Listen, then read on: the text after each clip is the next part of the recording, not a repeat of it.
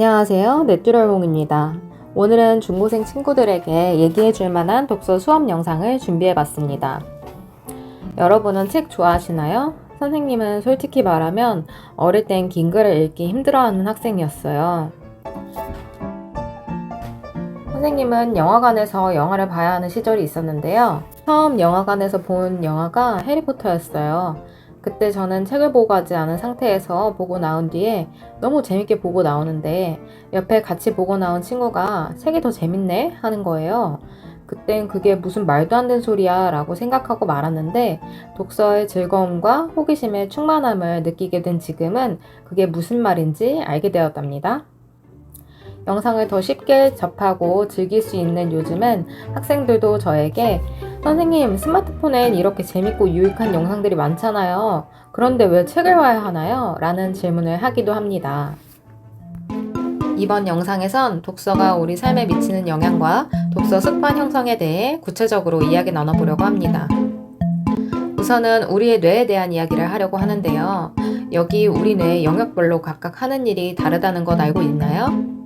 간략히 살펴보면 전두엽은 집중력과 작업 기억을 처리하고 두정엽은 시청각 정보를 2차적으로 받아들여 감각 운동으로 처리, 변형계는 감정과 불안을 담당하며 측두엽은 청각과 관련한 정보를 받아들이고 후두엽은 시각과 관련한 정보를 받아들입니다. 이 중에서 우리가 주의 깊게 살펴볼 영역은 이마 쪽에 위치한 전두엽입니다. 전두엽은 집중력과 자기조절력, 사고력, 창의력을 담당하고 있는 영역입니다. 다른 영역으로부터 전달된 정보 조정 및 행동을 조절합니다. 다음은 뇌의 활성화 정도에 따라 뇌파의 반응으로 나타낸 우리 뇌의 모습을 살펴보려고 합니다. 색깔의 변화에 따라 뇌세포의 활동과 기능을 시시각각 보여주고 있는데요. 파란색으로 갈수록 뇌가 활성화되어 있지 않음을, 붉은색으로 갈수록 뇌가 활성화되고 있음을 보여줍니다. 우선 스마트폰에 중독되지 않은 뇌는 우리의 집중력과 통제력을 담당하고 있는 전두엽이 중간 정도의 뇌파로 정상적으로 기능하고 있는 것을 볼 수 있습니다. 그 다음은 스마트폰에 중독되어 있는 사람의 뇌의 모습입니다. 시청각 자료를 담당하고 있는 후두엽만 활발하게 작용하고 비교적 전두엽은 약화된 모습을 볼 수 있습니다. 뇌과학자 정재승 교수님은 우리가 책 읽기가 어려운 이유는 우선 인간은 책 읽기에 적합하지 않은 뇌구조를 갖고 있기 때문이라고 합니다. 우리 뇌는 신생아기 뇌신경과 세포를 마구잡이로 만들기 시작한 후 사춘기에 들어서면서 필요 없는 부분을 줄여나가며 점차적으로 정교하게 만드는 작업을 합니다. 따라서 유아기, 아동기 시절 습득한 지식과 정보 능력을 사춘기 때 필요한 세포들이 잘 만들어지는 것이 중요하며 때문에 사춘기 시절의 독서 습관이 중요하다고 설명합니다. 또한 다수의 수다라는 프로그램의 1타 강사 편에선 수능과 상관없이 공부해야 하는 과목이 무엇이냐라는 진행자의 질문에 화학 선생님과 역사 선생님이 국어를 꼽았습니다. 글을 읽는 능력은 일단 문제 해결을 위한 가장 기본적인 소양이라고 하며 문해력의 중요성을 언급하셨습니다. 이렇게 글을 읽고 쓰는 일은 여러 가지 장점이 있지만 가장 강력하고 명확한 강점은 독서와 글쓰기는 사고의 체계를 정리하며 뇌를 발달시켜주기 때문입니다.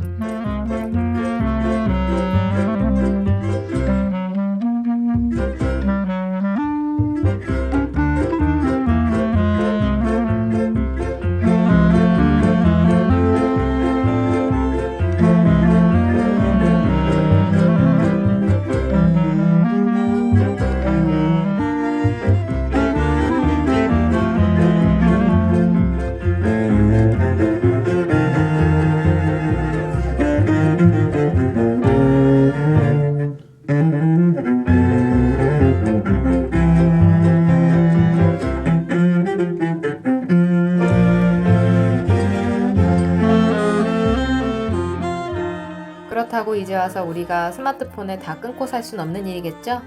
적정 시간에 적재적소에 잘 활용하고 스스로 올바른 정보 생활을 선택하며 나의 삶의 균형을 이루는 것이 가장 중요합니다. 그렇다면 우리는 어떻게 독서 습관을 형성하면 좋을까요? 여기 도서관에 온 두 친구 중 독서 습관을 형성한 친구와 아직 형성하지 못한 친구를 살펴보려고 합니다. 어떤 친구가 독서 습관을 안정적으로 형성했는지, 그리고 어떤 차이가 있는지 알아볼까요? 쌤! 제발 쌤, 제가 저번에 말한 책 반납됐어요? 어딨어요? 저기 서가에 아직 정리 안 해놨어. 이거 진짜 제가 읽고 싶었던 책이거든요. 알지. 자, 재밌게 읽어.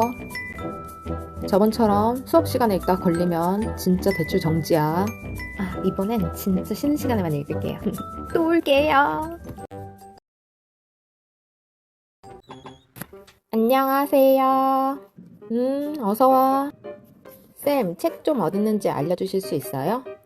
말해봐. 넛지랑 칼세이건의 코스모스, 총균세요. 넛지는 경제학이니까 320원, 코스모스는 천문학이니까 440원, 총균세는 470원에서 찾아볼래? 쌤, 근데 400이 어딨어요? 400 저기 500 옆에. 찾는 법 알지? 아, 알죠. 저번에 배웠잖아요. 대출이요. 야, 근데 너 이거 다 읽을 수 있어? 이거 너한테 좀 어려울 것 같은데? 쌤, 제가 유튜브에서 뇌과학자 영상을 봤는데요. 독서랑 글쓰기를 하는 게 뇌 발달에 가장 큰 영향을 준대요. 제가 이번 달부터 책 10권씩 읽고 서울대 갑니다. 대출 기한은 2주, 다다음 주 목요일까지 가져오세요. 아, 그 전에 다 읽죠. 쌤, 기대하세요. 우리 학교에서 서울대 나옵니다. 서울대 화이팅! 안녕히 계세요.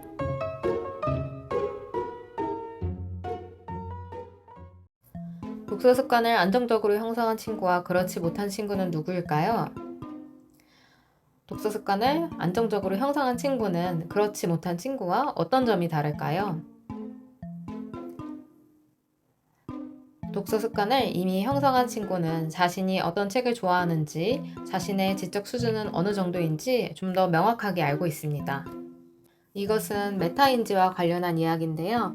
이 이야기를 EBS 상위 1% 비밀에서 다뤄서 잠깐 같이 이야기를 해볼게요. 전국 석차가 상위 0.1%에 들어가는 학생들과 평범한 학생들 700명을 비교하며 두 그룹 간에 어떤 차이가 있는가를 탐색해보는 실험이 있었습니다. 특정 어휘를 보여주고 제한 시간 내에 어휘를 얼마나 암기했는지 측정해보는 실험이었는데요. 이때 이 프로그램을 제작할 당시 제작진과 자문위원회에 공통된 의문사항이 있었다고 하는데요.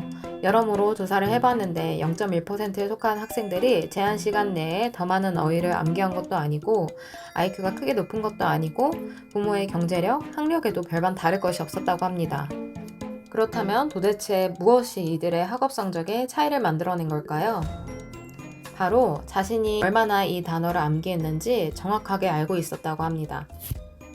다시 말하면 암기력에는 차이가 거의 없었고 자신의 인지 수준을 정확하게 예측할 수 있었다고 하는데요. 이렇게 자신의 지적 능력, 인지 수준에 대해 예측할 수 있는 능력을 메타인지라고 합니다. 메타인지란 사전적 의미로는 타인의 지시 이전에 스스로 자기 생각에 대해 생각하는 능력을 말하며 상위인지, 초인지라고도 불립니다. 메타인지 능력이 높을수록 자신의 능력과 한계를 정확하게 파악하고 그만큼 시간과 노력을 적절하게 투자하므로 효율성이 높아집니다. 앞서 영상에서 살펴본 것처럼 독서 습관을 형성하기 위해서 그리고 내가 원하는 수준의 정보력을 갖기 위해서는 나에 대해서도 잘 알아야 합니다. 그래서 오늘 준비한 수업은 나에게 맞는 책 찾기와 독서 메타인지 파악하기입니다.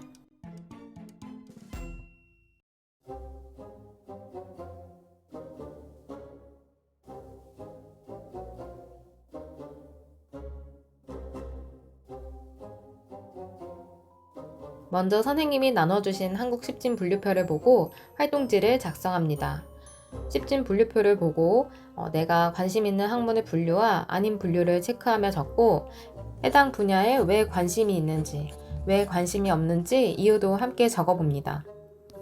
그 다음엔 각각 해당 분야가 있는 서가로 가서 어떤 책들이 있는지 직접 살펴봅니다. 활동지의 지문대로 책을 골라 책의 목차와 마음에 드는 목차를 살펴보며 인상 깊게 느껴진 문장을 필사하거나 나의 느낌을 활동지에 적어봅니다.